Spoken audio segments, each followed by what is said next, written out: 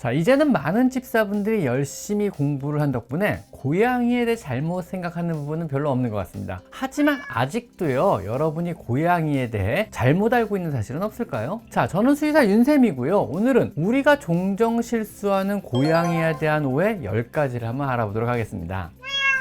자, 먼저 첫째로요, 집에서 혼자만 있는 심심한 고양이를 위해 한 마리 더 드리면 고양이가 과연 좋아할까요? 사실 이건 꼭 그렇지만도 않습니다. 물론 아직 어린 1살 미만의 어린 고양이라면요, 같이 놀아줄 친구가 생기는 것을 반길 확률은 높지만은요, 1살이 넘은 성묘라면은요, 자신의 영역을 홀로 지내는데 이미 익숙하기 때문에 새로 들어온 아이를 가족으로 받아들이기보다는요, 영역을 침범한 침입자라고 생각하고 스트레스를 많이 받을 가능성이 높습니다. 한 마리를 더 드리기 이전에요, 내 고양이가 과연 행복할까 하고 고민을 한 번 더 하고 들이시고요. 만약 들이실 거라면은요, 6개월령 미만의 어린 아이를 들여서 기존 아이가 스트레스를 조금 덜 받게 해주세요. 어리고 하찮은 아이에게는 경계심이 대체로 덜한 편입니다. 두 번째로, 사람에게 좋은 음식은요, 고양이에게도 과연 좋을까요? 아니요, 그렇지 않습니다. 사실 사람에게 좋다고 알려진 음식의 상당수가요, 고양이에게는 위험한 음식이 많습니다. 항암 효과로 알려진 마늘은요,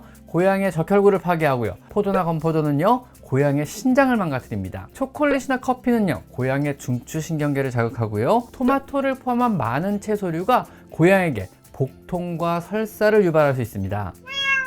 자, 세 번째로요, 무조건 단백질 함량이 높은 사료가 좋은 사료일까요? 자, 고양이에게 필요한 단백질 권장량은요, 아프코 기준으로 26% 정도일 뿐입니다. 즉, 이 이상의 단백질만 들어있다면은요, 고양이는 건강을 유지하고 또 장수하는데 아무런 문제가 없다는 의미입니다. 그리고 많은 동물 영양학자들은요, 절대 고양이에게 45% 이상의 단백질 함유한 사료를 권하지 않고 있고요, 노령묘라면요, 40% 이하의 단백질을 함유한 사료를 줄 것을 권장합니다. 즉, 이보다 높은 단백질 함량의 사료는요, 실내에서 15년 이상을 살아가야만 하는 고양이들에게 간과 신장에 오히려 무리를 줄 수가 있다고 그럽니다. 사료의 높은 단백질 함량은요, 단기적으로는요, 고양이에게 좋겠지만은요, 10년 이상의 장기적인 관점으로는요, 고양이의 간과 신장을 더욱더 일을 많이 시키기 때문에 사실 장수하는 데는 문제가 생길 수 있는 것 같습니다. 실내 고양이는요, 단거리 선수가 아닌 장거리 마라토너라고 생각하시면 좋을 것 같습니다. 자, 네 번째로요, 집에서 만들어준 음식이 고양이의 건강에 과연 더 좋을까요? 사료를 대신해서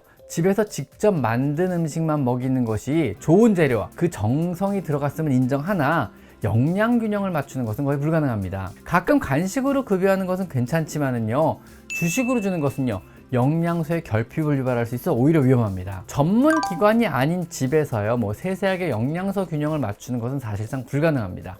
게다가요, 날고기로 만드는 생식의 경우는요, 영양 불균형은 물론이고 위생 문제 때문에 절대 권장하지 않습니다. 자, 그리고 다섯 번째로, 고양이는 주인인 여러분보다 과연 집을 더 좋아할까요? 자, 이것은 절대 아닙니다. 애착과 관련된 여러 가지 실험에서요, 고양이는요, 의외로 장소보다는, 즉 자신의 영역보다는요, 사람에게 더 큰 애착을 보이는 것으로 나타났습니다. 그 정도가요, 사람의 어린아이와 비슷할 정도로 강한 애착을 보였는데요, 이는 집사가 자신의 안전에 아주 중요하다고 판단하기 때문에 영역보다는요, 집사에게 더 큰 애착을 보이는 것은 정상적이고요, 또 지극히 당연한 반응일 것입니다. 애착 관계가 형성된 뒤라면은요, 아무리 시간이 지나도 집사를 동료 혹은 가족으로 기억할 확률이 높습니다. 고양이는요, 사람이나 다른 고양이와의 애착 관계를 가지는 비교적 사회적인 동물에 들어간다는 것을 꼭 기억하셨으면 좋겠습니다.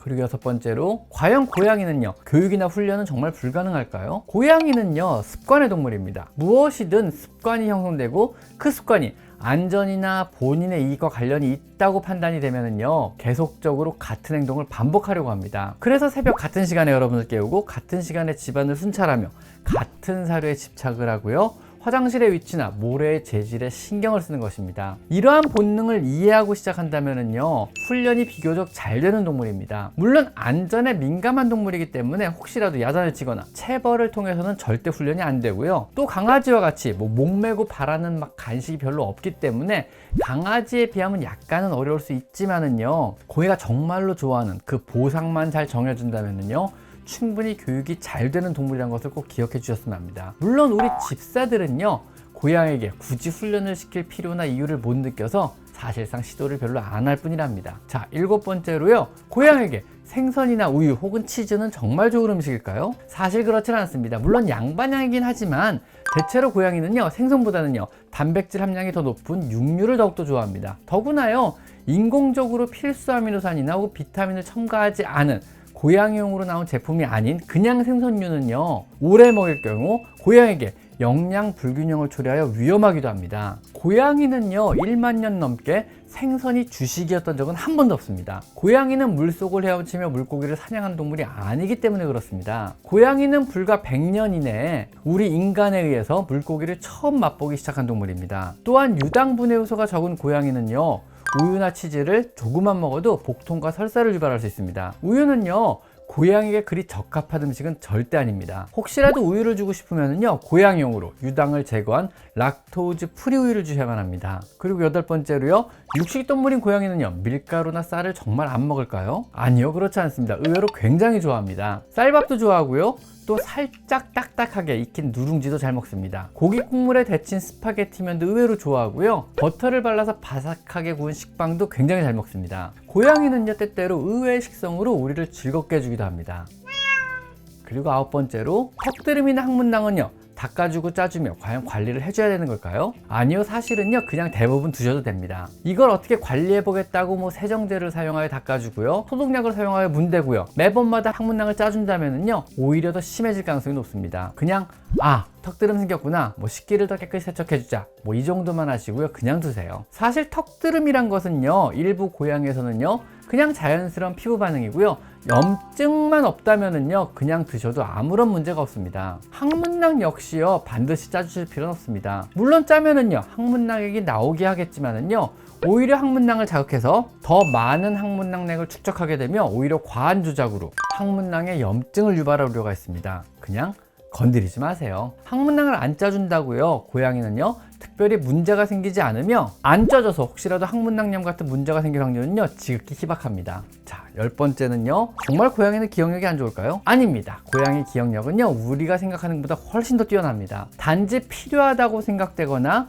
흥미있는 것 혹은 안전과 관계된 것 외에는요 신경 자체를 안 쓰기 때문에 기억력이 없다고 우리가 느끼는 것입니다. 혹시라도 고양이를 야단치거나 맛없는 것을 주었다면요 우리가 기억하지 못했다고 해도요 고양이는 틀림없이 기억하고 있을 것입니다. 고양이의 일생에요 좋은 기억만 남을 수 있도록 우리는요 고양이 곁에서 최선을 다해 사랑을 해주셔야만 하는 겁니다. 자, 어떤가요? 대부분은 이미 여러분들이 알고 있는 사실 아닌가요? 자, 지금까지 저는 수의사 윤쌤이었고요. 오늘은요 초보 집사분들을 위해 흔하게 잘못 알고 있는 고양이에 대한 오해 10가지를 한번 알아봤습니다. 자, 오늘은 여기까지 마이펫 상담소였습니다. 감사합니다.